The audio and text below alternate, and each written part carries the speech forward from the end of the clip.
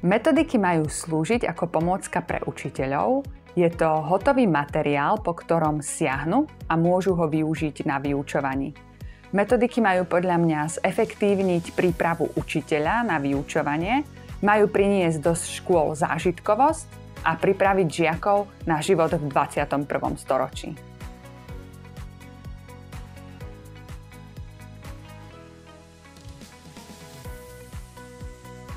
Knihu Adrianin prvý prípad od Jely Mlčochovej som si vybrala pretože túto tému som učila pred niekoľkými rokmi v 6. ročníku na základnej škole a použitá čitateľská stratégia na rozvoj kritického myslenia sa hodila v rámci tohto textu.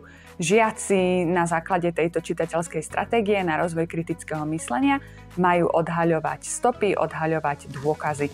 A tento text podľa môjho názoru je na to ako vyšitý. Pri tvorbe metodiky som využila na tvorbu interaktívnej prezentácie aplikáciu Genially. Na spätnoväzbový hárok som využila aplikáciu Canvu.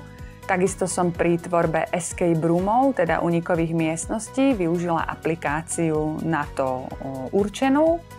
A tiež som využila pre overovanie obrázkov Google Lens a TinEye. A práve deti pracovali s týmito overovačmi obrázkov, unikali z escape roomov a využívali tiež interaktívnu prezentáciu Genially.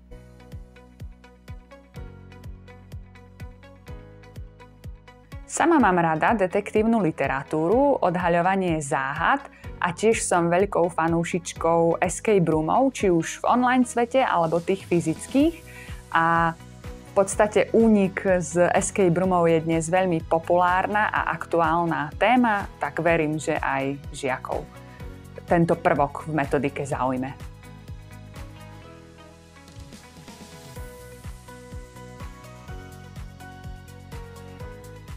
Tak v prvom rade bolo dôležité si dobre naštudovať metodiku. A keď je tá metodika kvalitná, tak už je to potom úplne ľahké.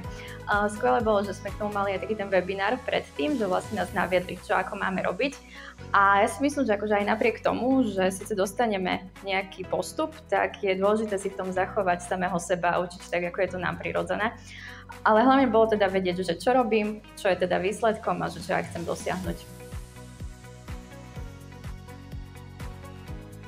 Bez pochyby si myslím, že to boli tie digitálne nástroje a tá uniková hra bola pre nich úplne skvelá. Že bolo to niečo nové teda a myslím si, že to bolo to, čo ich zaujalo. Ja som áno, veľmi milo prekvapená, ako to teda zvládli a že teda sa nenechali zmiasť aj napriek tomu, že možno ja som ich niekedy spochybňovala a veľmi sa mi páči teda, že oni takto spolupracovali a že sa doplňali navzájom.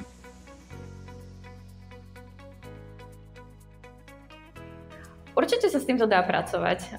Možno, že čo ja beriem aj ako také odstrašujúce aj pre iných učiteľov je, že je to naozaj pracné na tomto, teda niečo takéto si nachystať a preto je úplne skvelé, že niekto to pre nás robí a že už sa to k nám takto dostáva. Ale myslím si, že je to naozaj funkčné a využiteľné.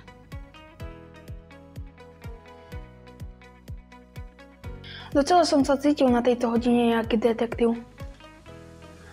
No tak, to patranie ma veľmi zaujímalo, tie izby, čo sme tam museli hľadať. Lebo sme tam hocičo hľadali a bola to asi väčšia zábava.